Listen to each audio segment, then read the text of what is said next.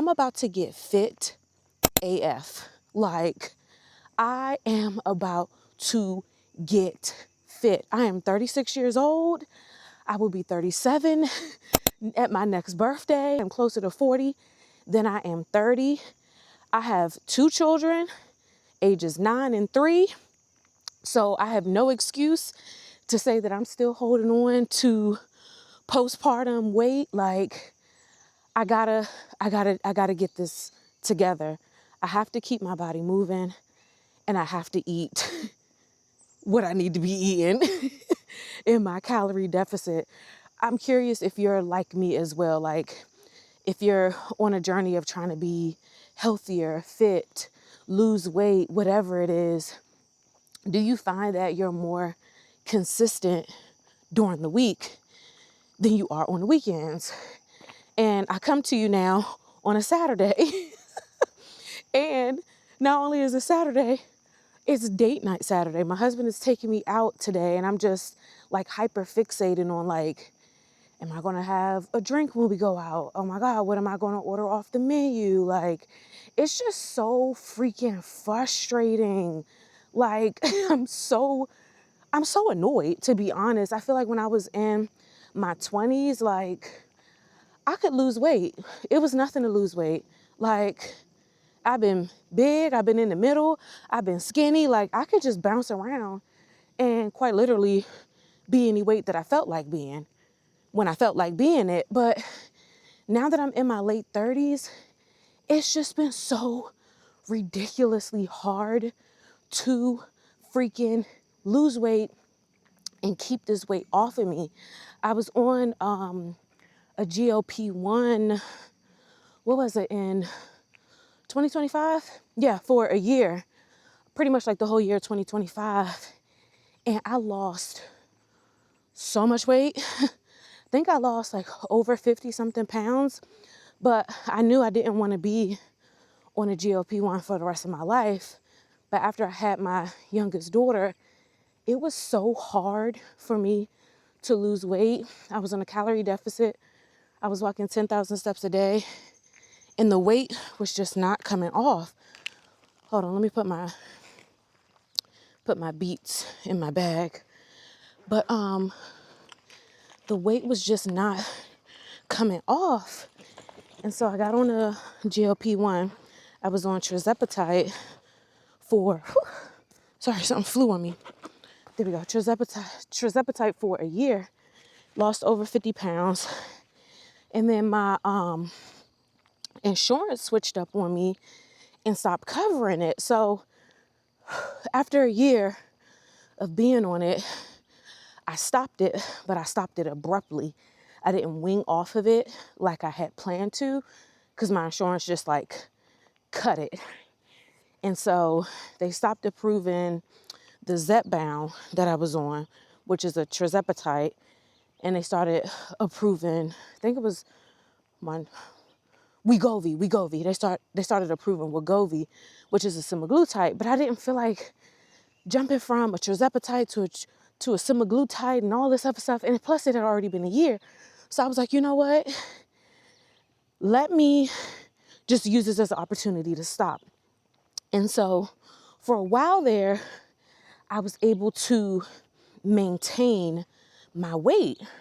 But as life went on, as I kept eating and I wasn't moving my body, the weight came back. When I started my GLP-1, I was, I think, like 200 and something pounds. Was I 210 pounds, 215 pounds? I was over 200 pounds. And so right now, as I come before you, I am 191 pounds. I am, for reference, I'm 5'6", 191 pounds, and my waist is currently measuring at 33 inches. And so I share that with you to let you know that I've gained a lot of weight back, and I am struggling to get it off. Like, I am literally struggling. And so my gym that I go to, they have a DEXA scan. So I went and got a DEXA scan done, and a DEXA scan told me that I am 35% fat. That is a lot of fat. Like, forget trying to be skinny. That is just too much fat for a body to hold. And I'll just say for my body to hold. Like, I know I have too much fat on me. But what the DEXA scan also revealed is I have a lot of muscle. Like, I have a lot of muscle. When I get back in the house, I'm gonna pull up my DEXA scan thing and tell you how much muscle I am. But I have so much muscle that the guy at the gym that was reading the scan was like, gee, this is a lot of muscle. And so I was explaining to him that, like, yeah, back in the day, I used to bodybuild. And so up under this fat is muscle. It does not take me a long time to develop muscle. Put me in the gym, consistently lifting weights for a few weeks, you can start seeing my muscle. But because I have such big muscles, when you put 35% body fat on top of those muscles, you get the scale saying you weigh 191 pounds. Because the guy, he was looking at me, he was like, you do not look like you're 190 pounds. He was like, I just don't see it. So I really think it's the combination of muscle and fat. But even though I understand that, that doesn't make me feel any better. Like, I got to get this fat off of me as I am getting older, as I am aging, as we all are. Nobody is aging backwards. It is not healthy to carry all of this fat. And I don't say that from a vain or aesthetic point of view. I say it literally from a health perspective. For me, when I am heavier, my blood pressure spikes. I go through blood pressure spikes. At one point, my primary care doctor had me managing my blood pressure. I have a blood pressure cuff that I keep in my nightstand. So for me, I know my body does not do well holding on to a lot of fat. It affects other aspects of my health. You might not know that because maybe you don't check your blood pressure. You might not check your blood pressure unless you're going to the doctor. So you probably don't even know you got high blood pressure for real. When's the last time you checked your blood pressure?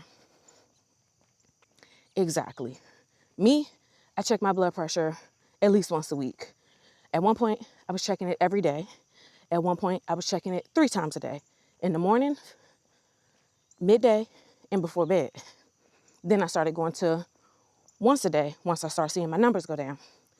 And so I implore you to check your blood pressure. Go on Amazon, go to Walmart, get a little cheap blood pressure cuff or whatever, and check your blood pressure. See if it's affected. See if what you eat affects your blood pressure. See if your movement or lack thereof affects your blood pressure. Don't even know how I got on the topic of blood pressure, but yeah. Oh, I was saying when I carry a lot of fat on my body, it affects my blood pressure. Also, when I carry a lot of fat on my body, I carry it in the form of visceral fat. What is visceral fat? Visceral fat is the fat inside of your body around your organs, right? So what most people look at for fat is the jiggly fat, right? The fat that you can shake and jiggle with your hand. That's called, I always mispronounce this word. It's called, I was about to call it subconscious fat. It's the fat with the S, subconscious fat, whatever. Anyways, look here. I'm a doctor, but not a medical doctor. But, so yeah, I don't have a lot of loose, jiggly fat on me. I just don't. If you look at me, I look solid. My body is very tight and firm. I'm not jiggly fat. So where did 35% body fat coming from? It's from the visceral. Well, the DEXA scan revealed 2 things. I do have visceral fat, But I do have some jiggly fat too. So it's a combination. But I know for me, my body holds on to a lot of visceral fat. I also feel like I have some insulin resistance. I have been meeting with my doctor. I got tested for like my thyroid. She tested me for something else. We ran some different panels to see if I could have PCOS. All of it came back negative. However, I know that my body has some level of insulin resistance. I know it does because I can tell the way my stomach is shaped. I can tell I'm holding on to a lot of visceral fat. And when I was on my GLP-1, my stomach was flat as a board, especially my upper abdomen. As soon as I got off that GLP-1, upper abdomen came back. Now, another thing that could be affecting my abdomen is my gut health, which is also something else that I am locking in on. My gut health. Between bodybuilding, I feel like after I lost a lot of weight for bodybuilding and then I started to eat like a regular human being, because bodybuilders do not eat like regular human beings, I feel like that damaged my gut.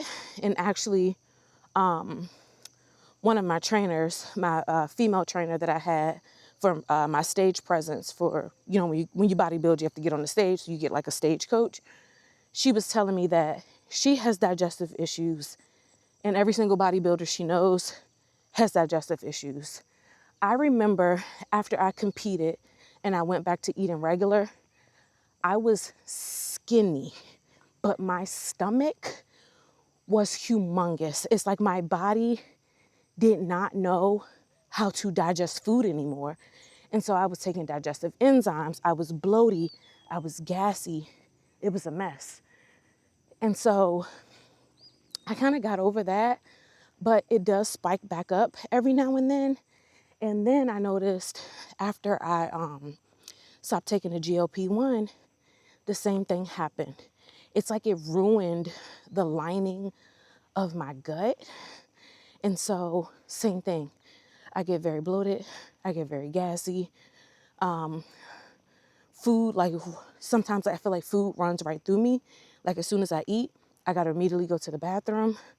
And so I feel like while the GLP-1 had a lot of positive benefits, I feel like it ruined my gut a little bit. And so I've been doing some research to see if I have SIBO, which is small intestine overproduction of bacteria. Pretty much is when you have too much bacteria in your small intestine. And so when you take laxatives and things that like make you go number 2, that's targeting your large intestine. It is not targeting your small intestine. And so I'm like, I think that's what it might be. I think I might have a leaky gut or something. Like, I don't know what it is, but in addition to like working out and eating healthy, I'm also going to be curing my gut. Like, I gotta get this together because the gas, the bloating, the bathroom trips, it's becoming too much. Like, honestly, I cannot live like this. Enough is enough. And I have to get a handle on this. Like, I have to get a handle on this.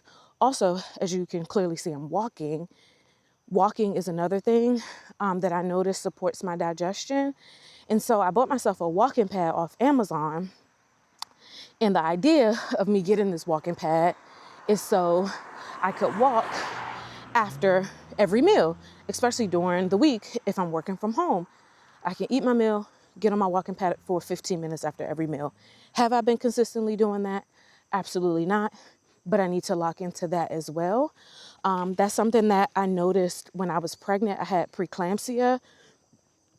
I didn't know I had it with my first child. I literally found out on her due date that I had it. But what I noticed when I was pregnant with her, after taking my glucose test, I was like borderline. But I would walk around the house after I ate, and then I would check my glucose and it would be perfect. But the times that I ate and I just sat down, I would check my glucose and it would be like off the Richter.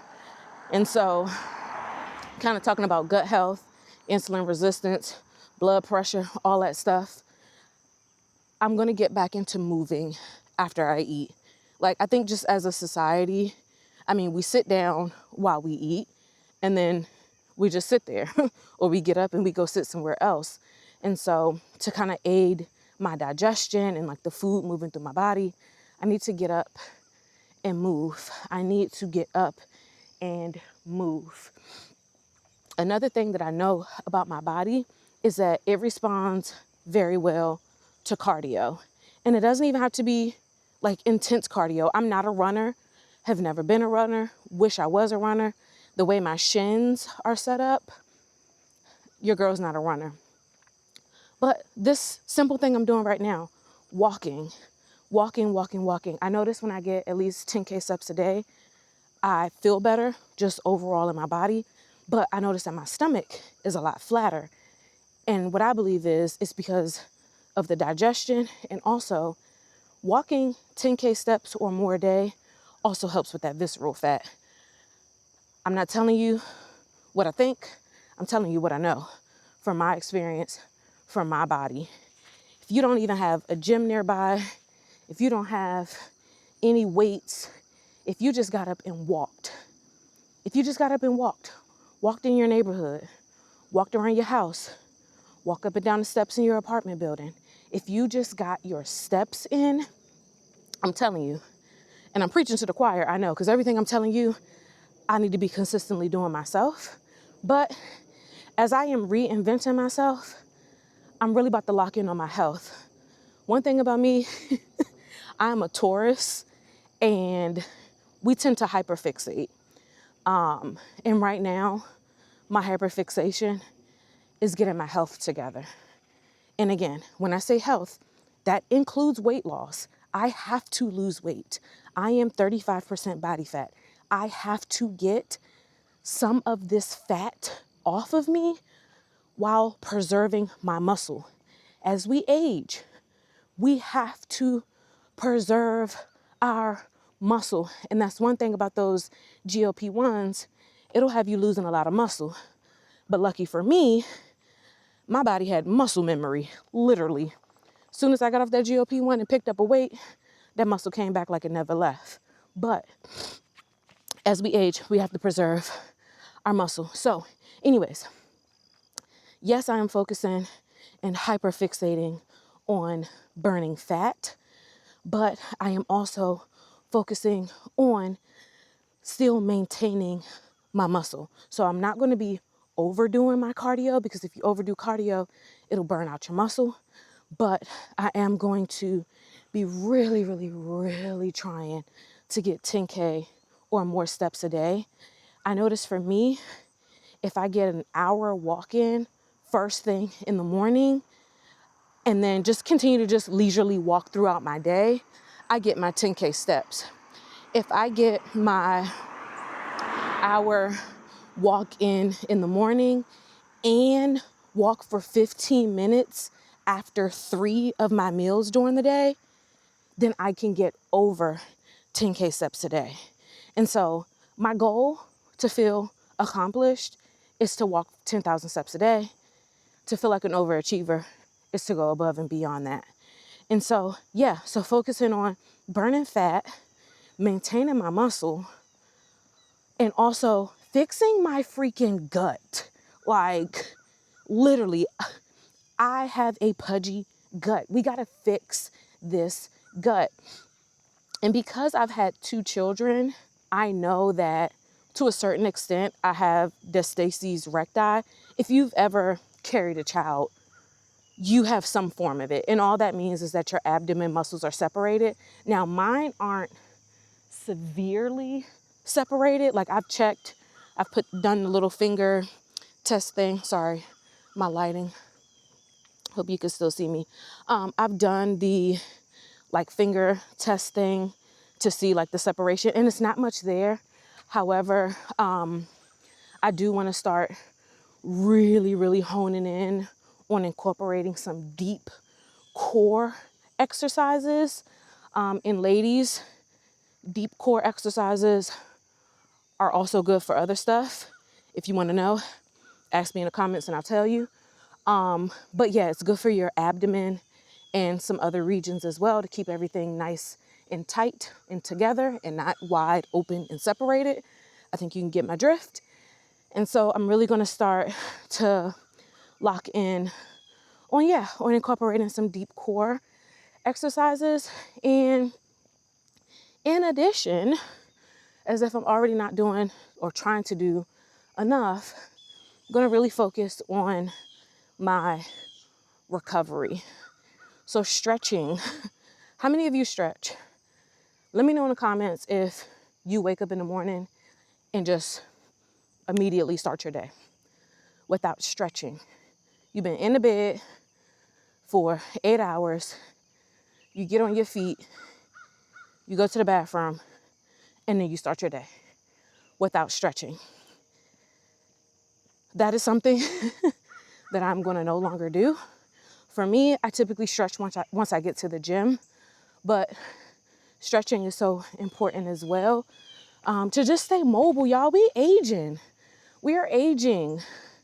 I want to be that fit old lady that you see walking the neighborhood. I want to be that fit old lady playing with her grandkids and her great grandkids. Like, so you have to keep your mobility going. I don't want to be that old lady that every time I reach down to tie my shoe, I'm going, ooh, ooh. I don't want to be grunting. I don't want to be grunting to reach around to wipe my butt when I got to use the bathroom. No. So stretch. Stretch them tight muscles, please. Stretch your muscles. Stretch your ligaments. Okay? Stretch. Stretch, stretch, stretch. So important. And so, yeah, this reinvention that I am on, we are locking in on this part of the journey. There's several parts of my life that I want to hyperfixate on. There's several parts of my life that I want to improve on. I want to change. I want to do better. I want to get rid of. I want to get more of. But right now, my health is number one. I have 2 small children and I want to be alive to see them. And not only do I want to be alive to see them grow, I want to be healthy. Not only do I want to be healthy, I want to feel good in my body. I want to feel good in my clothes. I want to feel good when I look in the mirror. I want to feel good when I'm just being. Like, I don't want to feel yucky. I don't want to feel heavy. Like, I just don't like that feeling. And so, as I am reinventing myself and documenting this unfolding, I realize that if I try to focus on too much stuff at one time, then nothing gets done. Like, there's no way I can be trying to focus on getting another job, trying to focus on my health, trying to focus on moving, trying to focus on it. Like,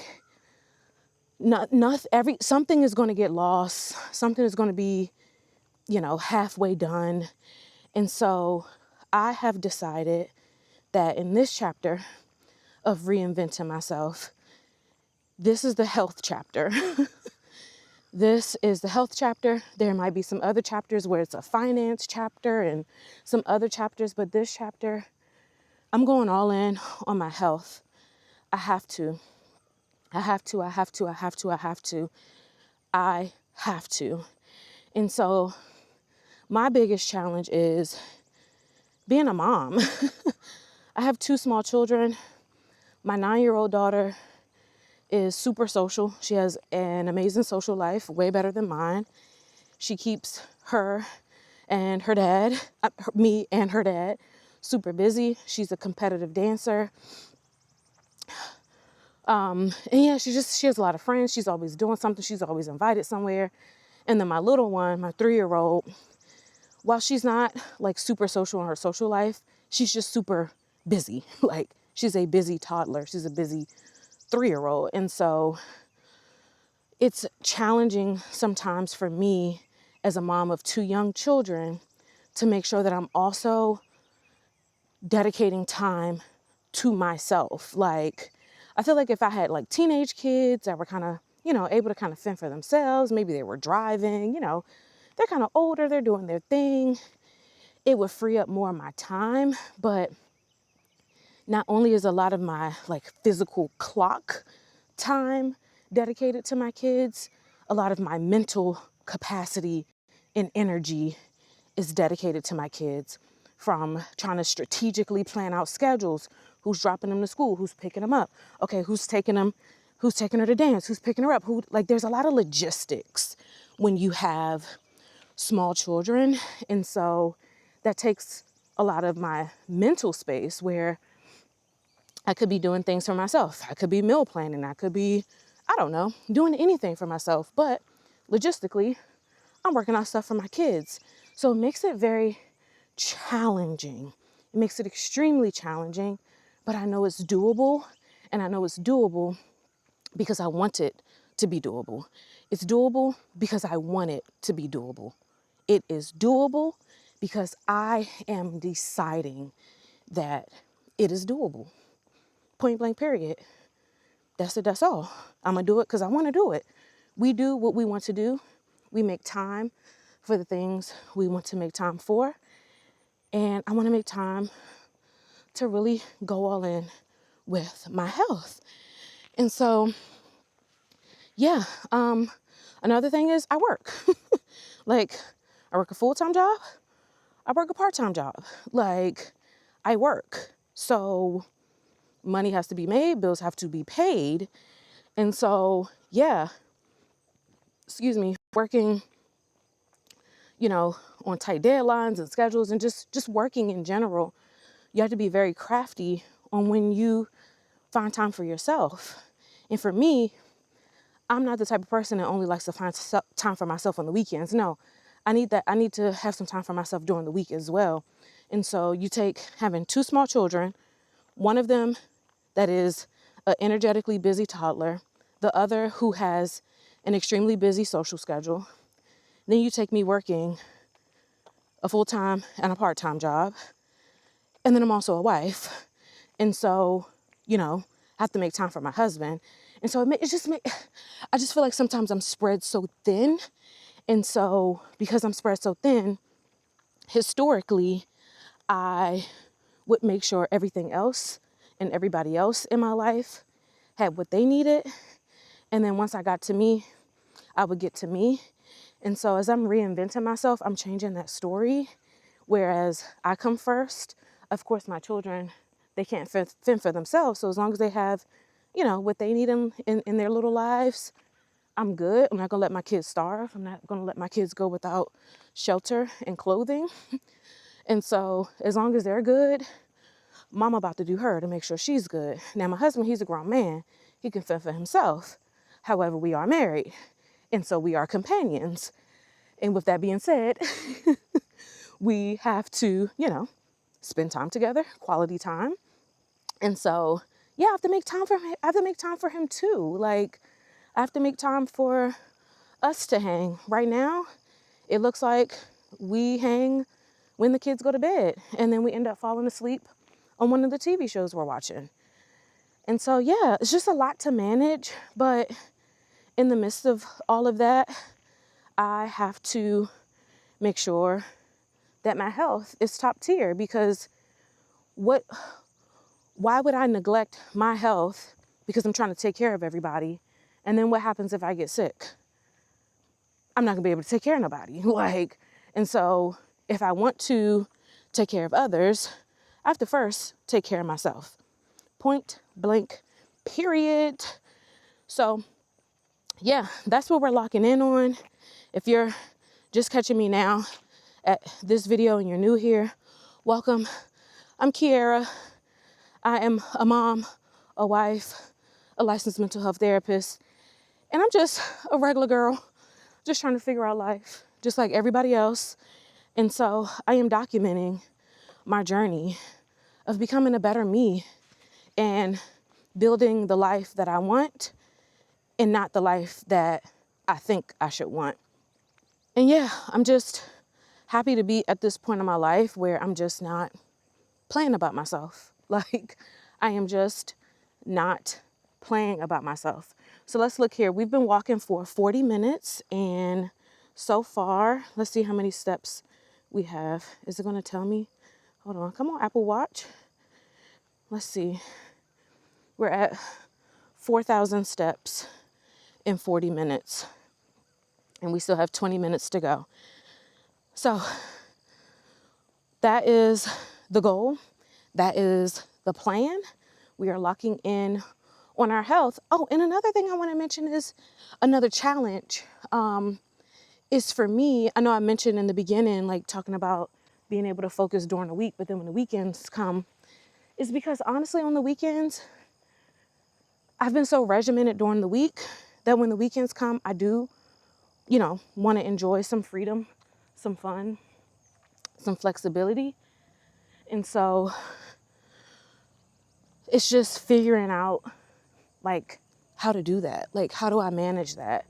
How do I manage, going on a date with my husband and, ordering something off the menu? And like, I don't know. I know there's that whole like 80-20 rule. Like, as long as you, stick to your consistency 80% of the time, if 20% of the time you're off the plan, then, nothing extremely bad is going to happen. I'm still working on that. I'm still working on 80-20 and like what that means for me. So I'm still trying to figure out that part, because sometimes I feel like my 20 be turning into 30 and then the 30 into 40. And so I need to really figure out, hello, good morning. Just need to really figure out my 20%. So yeah, I know that was a lot. It was very yappy. But anywho, that is where I am. Just wanted to share that with you and invite you on this journey with me. Like, we got to do this. We can't keep putting these kids before us. We can't keep putting these jobs before us. We can't keep putting our partners before us. And most of all, we can't keep getting in our own way, because for a lot of us, it's us. It ain't nobody else around us. It's us standing in our own way. And so we're not getting any younger. And this is just where I am. This is the chapter I'm on. I'm locking in on my health.